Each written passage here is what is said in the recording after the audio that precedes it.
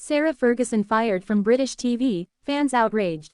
From the glittering heights of royal glamour to a swift and public professional fall, this is the dramatic story of Sarah Ferguson, Duchess of York, and the moment when the British media giant ITV reportedly pulled the plug on her television career.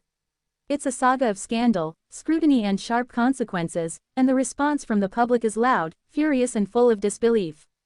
The hook. When the spotlight flips. Imagine being welcomed as royalty, embraced by television producers for charm and personality, and then being told, "You're done." That's exactly what happened. For years, Sarah Ferguson was a familiar face on British daytime TV, appearing on shows like Loose Women and This Morning.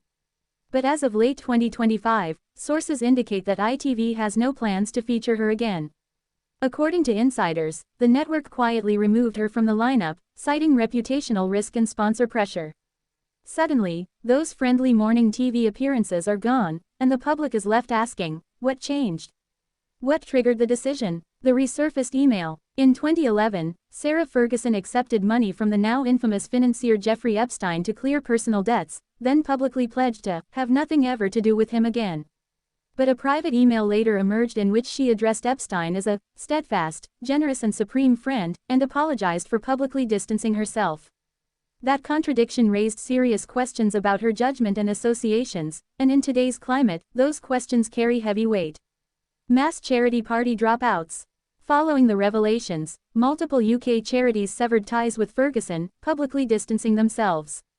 These included prominent children's and medical welfare organizations. The message was clear: her continued involvement was no longer tenable in their eyes.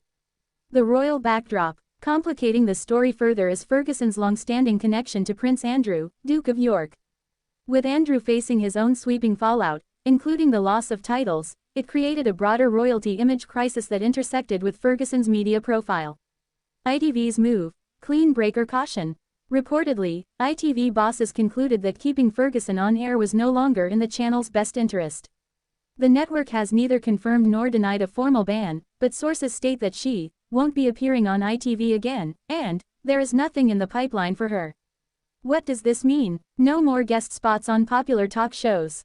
No future projects announced by ITV involving her. A public brand associated with commercial TV appears to have concluded.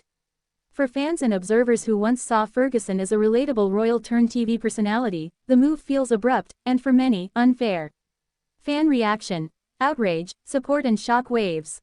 On social media and in comment threads, viewers express a mix of anger and disbelief.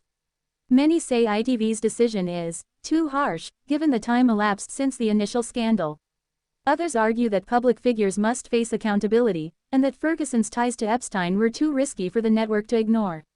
A common refrain: "We liked her casual, open style, why cut her off entirely?"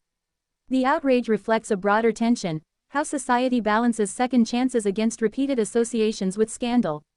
What happens next for Sarah? As she steps back from mainstream TV, Ferguson appears to be charting a new path. Reports say she is planning a rebrand, focusing on female empowerment content and commercial ventures beyond the BBC ITV orbit. At the same time, she will no longer use the title, Duchess of York, following Prince Andrew's relinquishing of his royal honors. While the network doors may be closing, her team may pivot to online, book and speaking engagement platforms. Whether this will allow her to rebuild the goodwill she once had remains to be seen, but one thing is clear: the television chapter has closed, at least for now. Bigger picture. Royal image, media risk and modern expectations. Ferguson's fall from television grace isn't just about one email or one network. It's indicative of how tightly the British media, the monarchy and public relations worlds are intertwined. A few takeaways. In an era of heightened sensitivity, personal associations, even from years ago, can become career-wrecking. Royal figures or former royal figures are under intense public scrutiny. There is less tolerance for perceived misjudgment or secretive connections.